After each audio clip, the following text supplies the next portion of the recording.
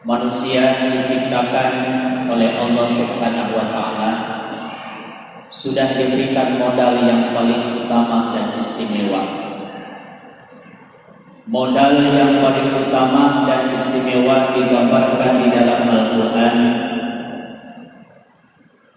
Oleh Allah difirmankan di dalam surat At-Tin, laqad khalaqnal insana fi ahsani taqwim. Ayat ini di antara maknanya adalah Allah memberikan gambaran kepada manusia bahwa manusia diciptakan sudah diberikan modal yang istimewa, modal yang utama, yaitu ahsani taqwim, bentuk yang paling baik, bentuk yang terbaik di antara makhluk-makhluk Allah. Hanya ketika Allah menciptakan manusia sebagai bentuk yang terbaik, ada yang mempertahankan keistimewaannya itu dengan tetap konsisten berada di jalur Allah Subhanahu wa Ta'ala. Ada yang menghinakan dirinya, menjatuhkan dirinya, yaitu bertentangan dengan perintah Allah Subhanahu wa Ta'ala. Maka dari itu hadirin yang dirahmati Allah Subhanahu wa Ta'ala, orang yang senantiasa mempertahankan predikat ingin selalu menjadi tampil, menjadi hamba Allah yang istimewa di hadapan Allah Subhanahu wa Ta'ala, maka harus ada perjuangan, harus ada usaha dan ikhtiar yang tidak henti-hentinya ila sampai maut menjemput.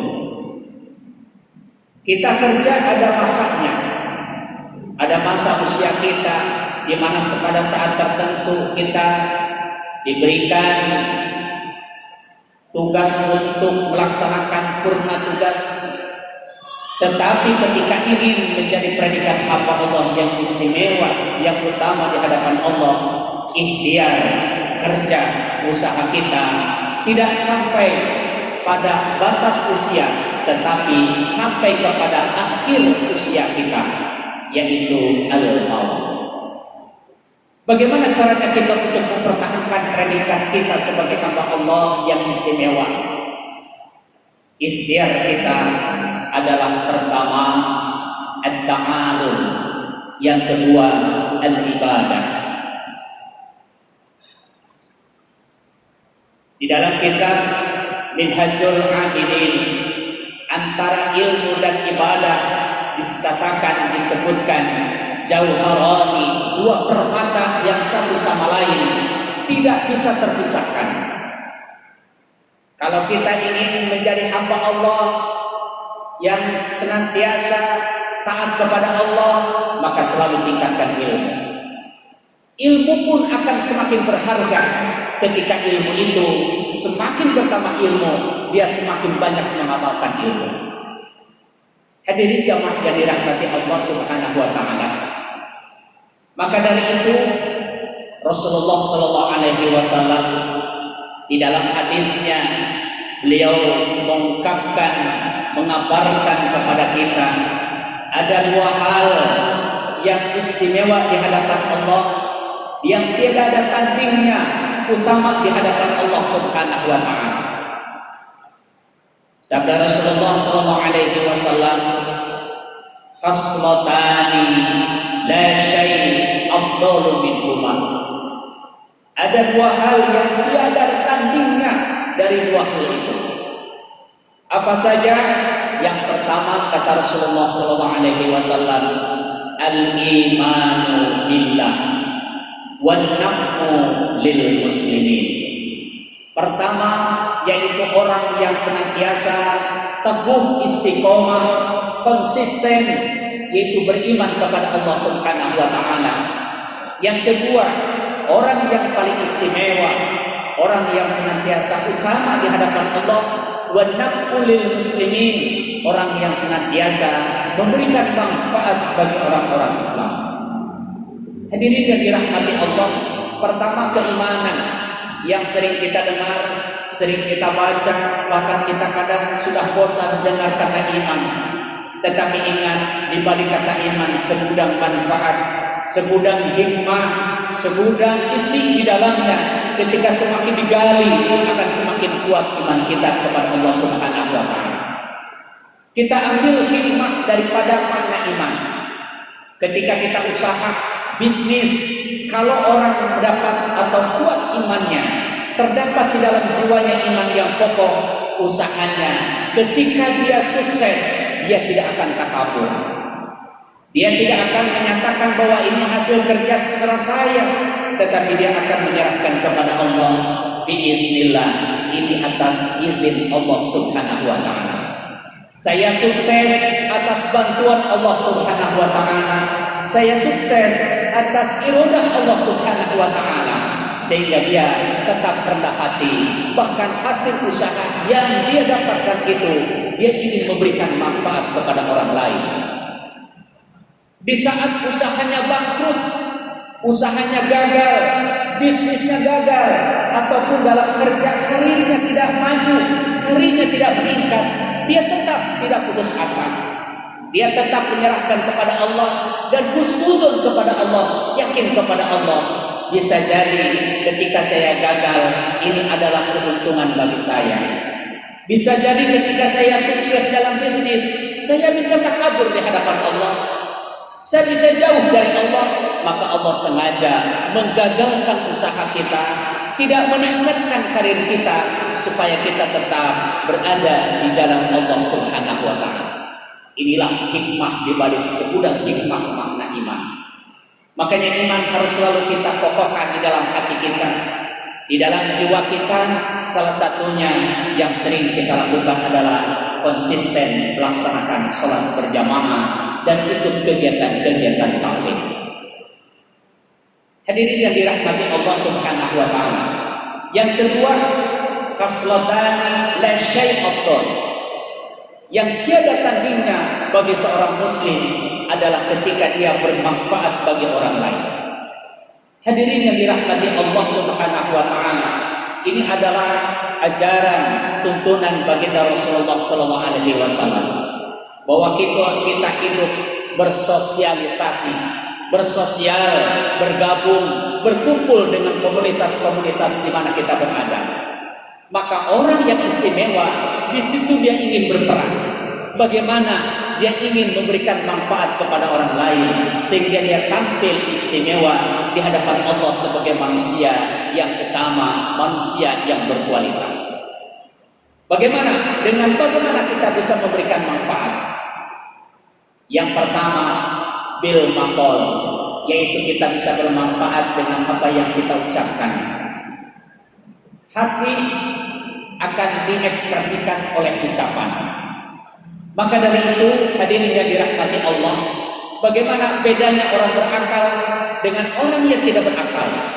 Orang berakal berbicara setelah dia pikirkan dulu. Orang yang tidak berakal berbicara baru dia berpikir. Sehingga orang yang hati-hati itulah disebut orang pintar. Orang yang senantiasa apa yang diucapkan dia selalu berpikir resiko yang akan dihadapi. Seorang muslim berpikir dulu baru berbicara, sehingga ucapan yang dikeluarkan adalah ucapan yang bermanfaat. Rasulullah memberikan tuntunan kepada kita bagaimana metode kita berbicara. Man kana yu'minu billahi wal yawmil akhir falyaqul khairan aw liyasmut. Ketika kita beriman kepada Allah dan hari akhir, berbicara yang baik, atau kalau tidak bisa lebih baik diam. Hadirin yang dirahmati Allah, hadis ini memberikan tuntunan kepada kita supaya kita berusaha berbicara. Berbicara yang bagaimana? Berbicara yang bermanfaat. Berbicara yang membuat orang bahagia. Berbicara yang bikin orang meningkat ketakwaannya. Berbicara yang bikin orang semangat dalam melakukan kebaikan. Berbicara supaya orang senantiasa berusaha untuk melakukan usaha-usaha yang bermanfaat. Itulah metode konsep yang diajarkan baginda Rasulullah SAW. Yang kedua, biljai kita bisa melakukan manfaat kepada orang lain, memberikan sesuatu manfaat kepada orang lain, yaitu dengan posisi, dengan jabatan yang kita miliki. Sekecil apapun jabatan kita, di akhirat nanti akan diminta pertanggungjawaban. Kullukum ra'in wa kullukum mas'ulun an ra'iyatihi. Sekecil apapun jabatan yang kita miliki, nanti di akhirat kita akan diminta oleh Allah. Digunakan untuk apa jabatan yang kau berikan? Jabatan yang kau miliki digunakan untuk apa selama hidup di dunia? Maka supaya nanti ringan jawaban di hadapan Allah, jabatan yang kita miliki jadikan jalan untuk memberikan manfaat kepada orang lain, sehingga nanti akan ada jawaban-jawaban yang diberikan oleh manusia. Dia mempunyai jabatan bermanfaat bagi manusia, ya Allah. Dia mendapatkan jabatan, saya mendapatkan manfaat yang luar biasa sehingga saya masuk surga. Insya Allah orang yang memberikan manfaat kepada orang lain dengan posisi yang dimiliki di akhirat nanti akan diringankan menjawab pertanyaan Allah Subhanahu wa ta'ala. Hadirin yang dirahmati Allah, bil mali au bil badani. Kita bisa memberikan manfaat kepada orang lain yaitu dengan harta yang kita miliki. Hadirin yang dirahmati Allah, terkadang kita punya konsep yang semakin kuat di dalam hati kita. Saya akan berbagi nanti setelah saya punya. Saya akan berinfak nanti setelah saya berlimpah. Saya akan sedekah ketika rezeki saya lancar. Padahal kalau kita ingin rezeki kita lancar, banyaklah sedekah, banyaklah infak, banyaklah memberi kepada orang lain, terlebih orang yang mendapatkan kesulitan. Sekecil apapun rezeki yang kita berikan, pasti akan Allah balas dengan balasan yang luar biasa.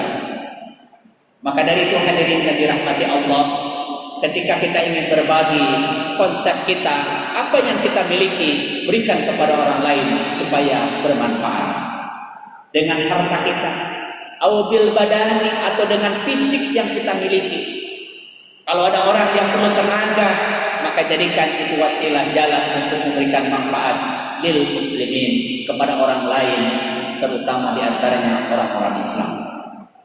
Hadirin jamaah yang dirahmati Allah, dua konsep ini adalah konsep di mana ingin menjadi hamba Allah yang utama, yang istimewa, yang tiada tandingnya di dunia.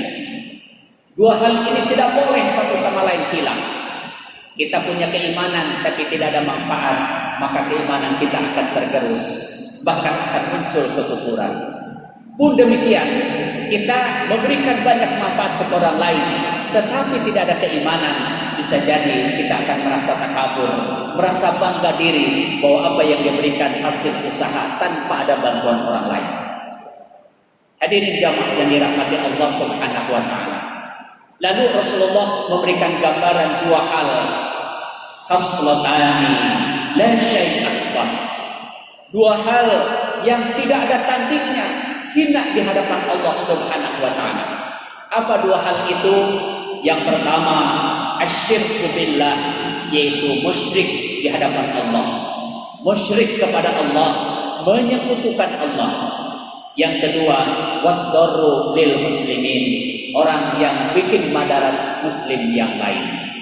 Hadirin yang dirahmati Allah, di akhirat sekecil apapun imannya, suatu saat akan Allah angkat menjadi ahli surga.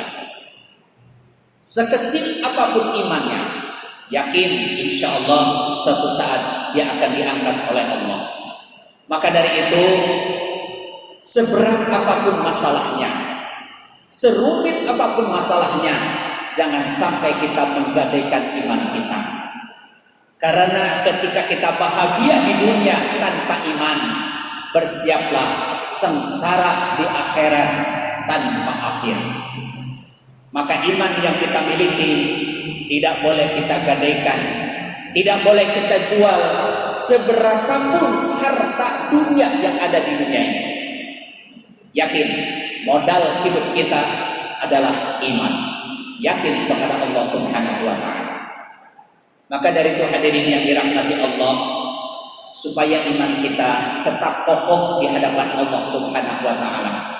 Di dalam Al-Qur'an Allah memberikan gambaran wa aqimus shalat wa atuz zakat.